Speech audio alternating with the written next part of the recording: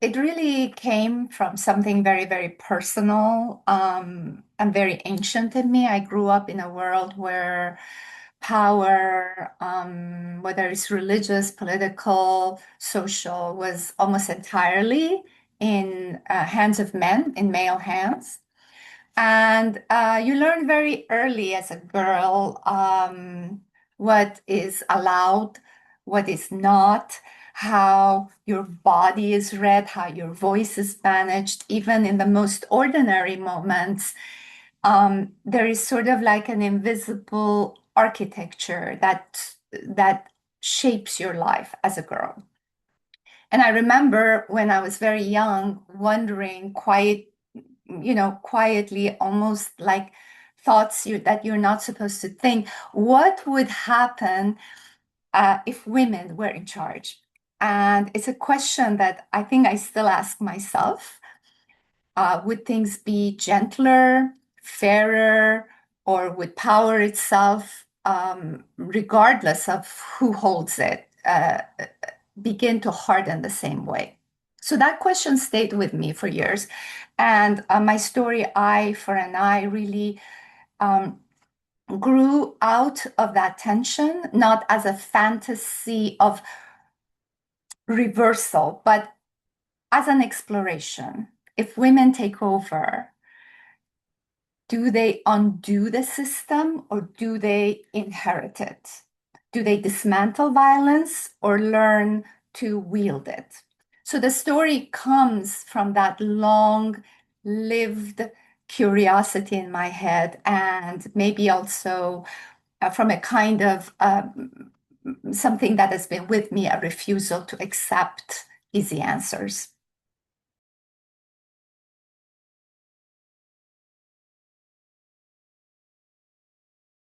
That's exactly right. I didn't want it to feel like one side is right and the other is wrong, because that's rarely how things work in real life, as quite,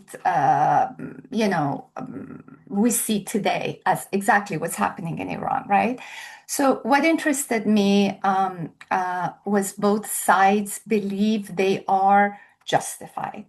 Because isn't that true in most situations? We call it self-righteousness, which comes to human beings quite naturally, unfortunately.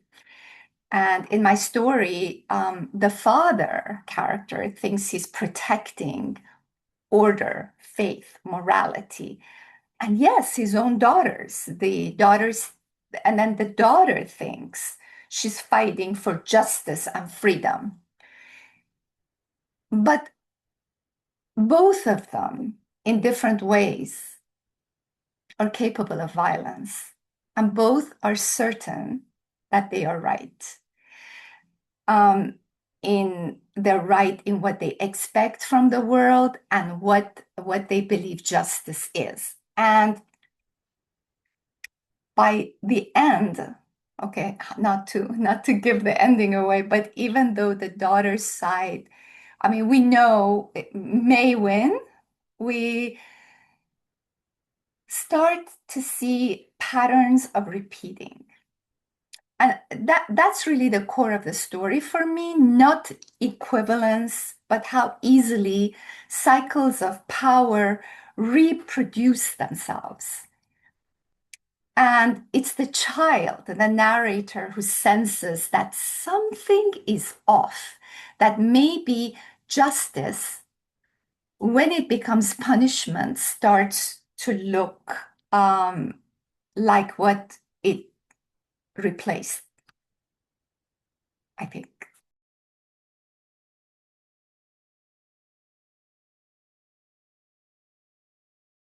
Good question. Yeah. I mean, the story definitely came out of the emotional intensity of the women life freedom movement. And there was a kind of clarity then, a sense of urgency and hope, I think. Um, but if I were writing it now, I think I'd still keep the family at the center, but I'd probably today, if I were writing it, I'd widen the lens a bit because now we're also dealing with regional conflict, with outside forces, with the way movements can get entangled in geopolitics. So I think I'd be more conscious of how a struggle for freedom inside a country can be complicated or even distorted um, by what's happening outside of the country. Um, Still, this is a short story, it's not a novel. A story that hopefully leaves the reader with a sense of, well, leaves the reader thinking more closely about the concept of justice. But if I were writing a novel, the story might expand beyond a closed system and explore the vulnerable, well, explore how vulnerable we are to the pressures of the world, I think, if it was a novel. But for a short story, I think it is what it is.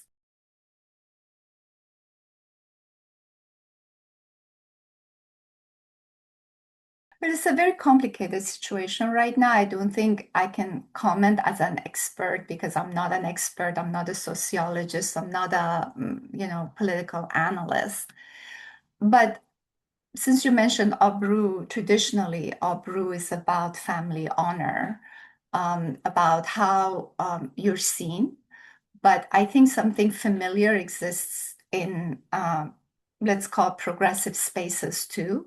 This pressure to be consistent, to not break ranks, to not say something that might be used against your cause. Can we call that Obru? I don't know, at least not in the sense that I have been exposed to as a girl and a woman in my family and society, which is how I make sense and also how I make use of it in my story. But whatever it is, it creates a real tension between being ethically honest and being politically aligned. And I think a lot of people feel that even if they don't always say it out loud. But going back to the word Abru, if I had absolute power over our language, I'd completely eliminate that word. And hopefully, by its erasure over time, what that word carries, its expectations, its gown of shame would slowly disappear as well, since the word has disappeared.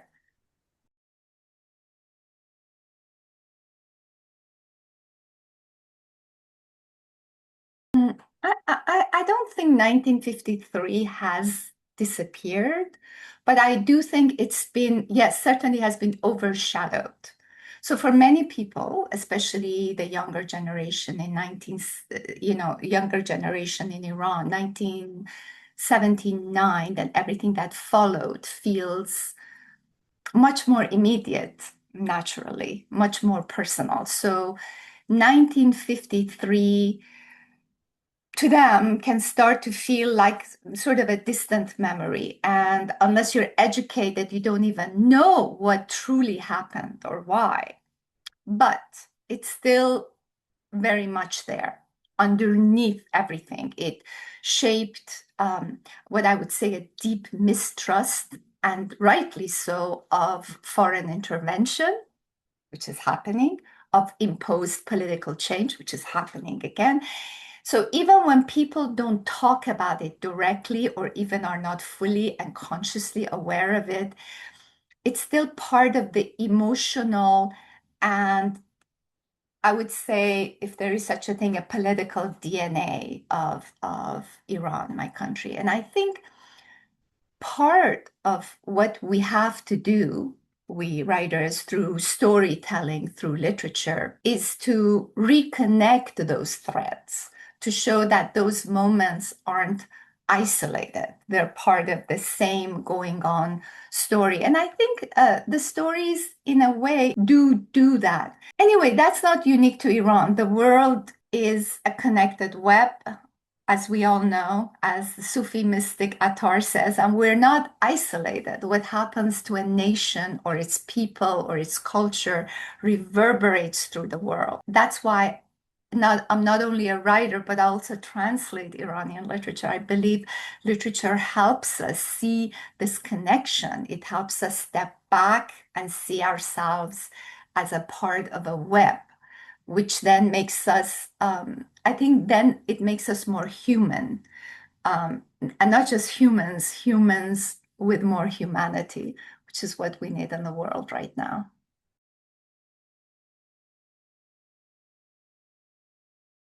Well, it's insane in Iran, but it's not. It's something like, as I said earlier, is something that's going on, has been going on in the world.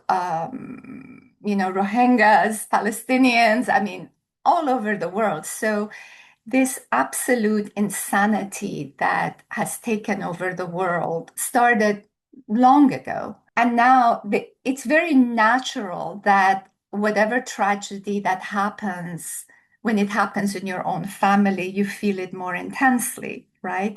So that goes for the country. When it's your country, it's kind of your extended family. And everyone there who loses his or her life is a family tragedy for us. But I'm a follower of Sufi mysticism. I'm a follower of Attar, and I've translated his work with a lot of love. And I try not to limit myself to mourning only my family tragedies. I mourn actually more widely, and I've been mourning for a very, very long time. And I take refuge in literature because, as a writer, that's all I can do. We all have to see within our own lives and our own capacities what we are capable of doing. I'm not in Iran to go out protesting or giving my life. I'm out here. But who am I? I'm a bicultural, bilingual poet and writer. What is within my capacity? Within my capacity is to translate our heritage to show the world who we really are. That's my role. As far as predicting, I cannot even predict what's gonna happen. Just like in my story, Eye for an Eye, that in the end you find that in the end there is no right or wrong. In the end, what remains is our humanity and how we manifest that humanity in the world. So I'm just waiting to see how humanity manifests itself in the end. Otherwise, I don't know. It's tragic.